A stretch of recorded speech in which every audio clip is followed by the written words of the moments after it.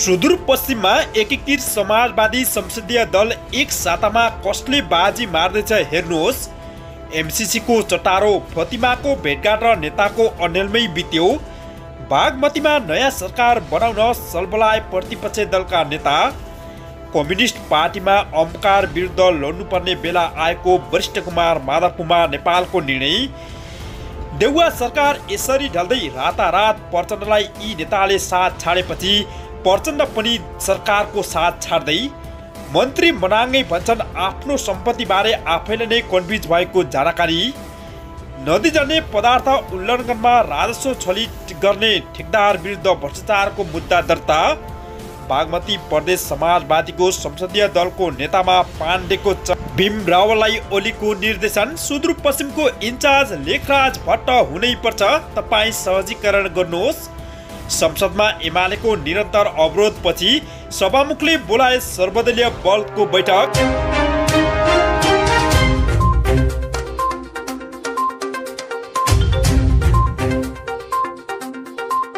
दर्शकबिन नमस्कार, स्वागत छ हाम्रो च्यानल ताजा नेपाली खबर टिभीमा।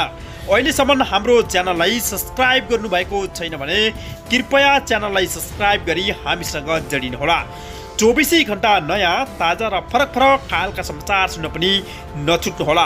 कहाँदेखि हेर्दै हुन्छ तपाईँको सुझाव सल्लाह र प्रतिक्रिया कमेन्ट बक्समा दिनुहोला। दर्शकबिन दिनभर राजनीतिका विशेष महत्त्वपूर्ण र ताजा अपडेट लिएर हजुरमाझ उपस्थित भएका छौँ। सबै समाचार उत्तिकै विशेष तर महत्त्वपूर्ण। भिडियो अन्तिमसम्म हेरेर सक्दो शेयर गर्न नभुल्नुहोला। अब लागौँ पहिलो समाचारतर्फ। मिलियन च्यालेन्ज कर्पोरेसन एमसीसी की उपाध्यक्ष फतिमा सुमार, सहायक उपाध्यक्ष जोनाथ बुक्स 4 दिने नेपाल भ्रमण सकेर हिजै अमेरिका फर्किएका छन्।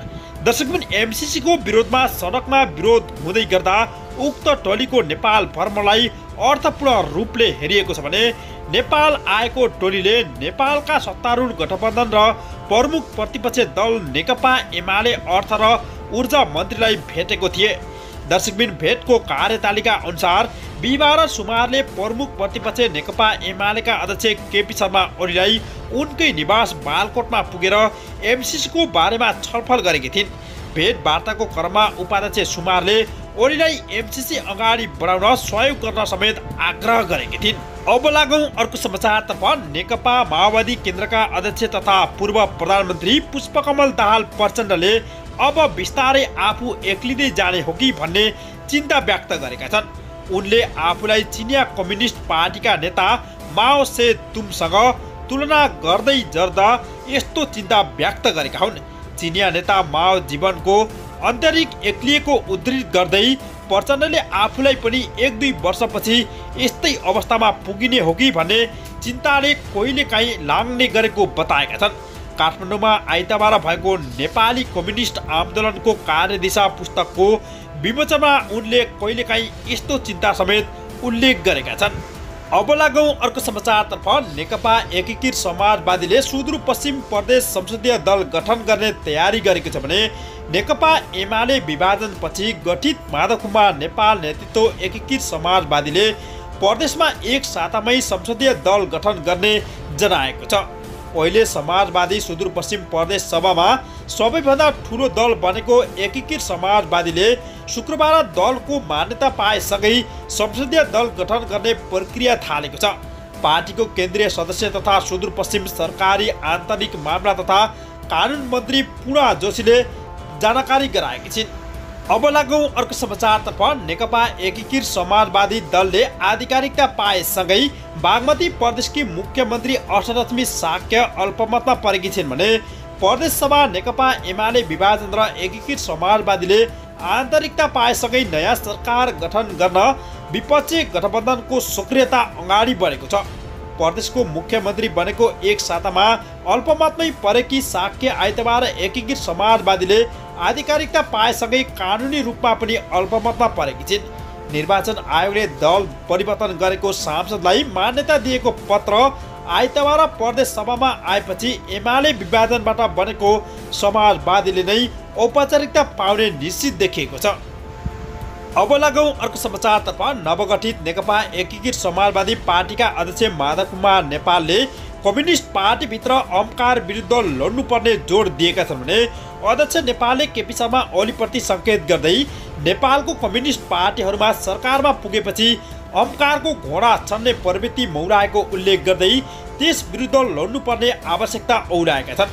नेपाल कम्युनिस्ट आन्दोलनको कार्यदिशा नामक पुस्तकको आइतबार काठमाडौँमा विमोचन गर्दै उनले नेपालको कम्युनिस्ट पार्टीभित्र आफ्ना आशेपाशेहरूलाई गोलबन्द गर्दै गैर कम्युनिस्ट प्रवृत्ति मौलाएको उल्लेख गर्दै त्यस्ता प्रवृत्तिलाई निस्तेज पारेर अगाडि बढ्नुपर्ने विकल्प नरहेको बताएका। अब लागौँ अर्को समाचारतर्फ। सार्वजनिक पद धारण गरेको व्यक्तिले पदमा गुमेको 60 दिनमा आफ्नो सम्पत्ति विवरण सार्वजनिक गर्नुपर्ने प्रावधान राखेका छन्।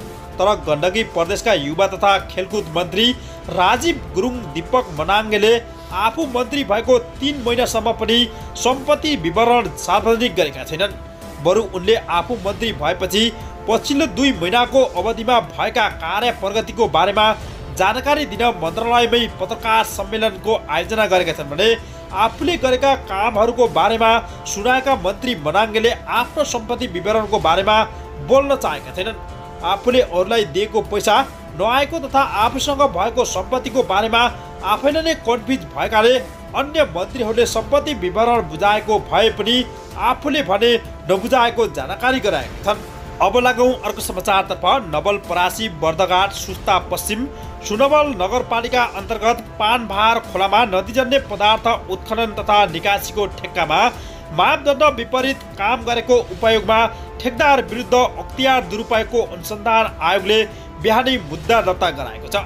मापदण्ड विपरीत उल्लङ्घन गरेको तथा नगरपालिकाबाट प्रमाणित नगरेको रजिस प्रयोग गरी राजस्व छली गरेको आरोपमा एसआरडी कन्स्ट्रक्सनका प्रोभाइजर रमेश पराजुलीले सन्दीप केसी विरुद्ध अख्तियारको विशेष अदालतमा मुद्दा समेत दर्ता गरेका छन्। अब लागौँ अर्को समाचारतर्फ। प्रधानमन्त्री एवं नेपाली काङ्ग्रेसका सभापति शेरबहादुर देउवाले प्रतिनिधि सभा बैठकमा सुचारू गराउने जिम्मेवारी प्रमुख प्रतिपक्ष दल नेकपा एमालेको भएको बताएका छन् भने प्रमुख प्रतिपक्ष दल नेकपा एमाले सभामुख अग्निप्रसाद सापकोटा आफ्नो पार्टी फुटाउने षड्यन्त्रमा प्रत्यक्ष संलग्न भएको भन्दै आइतबारको प्रतिनिधि सभा बैठक पनि चल्न दिएका छैनन्।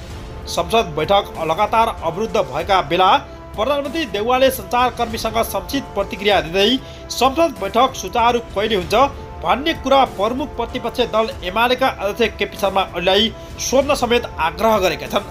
सञ्चारकर्मीहरूले प्रधानमन्त्री ज्यू यसरी कति दिन संसद चलाउनुहुन्छ भनी पक्ष गरेका थिए भने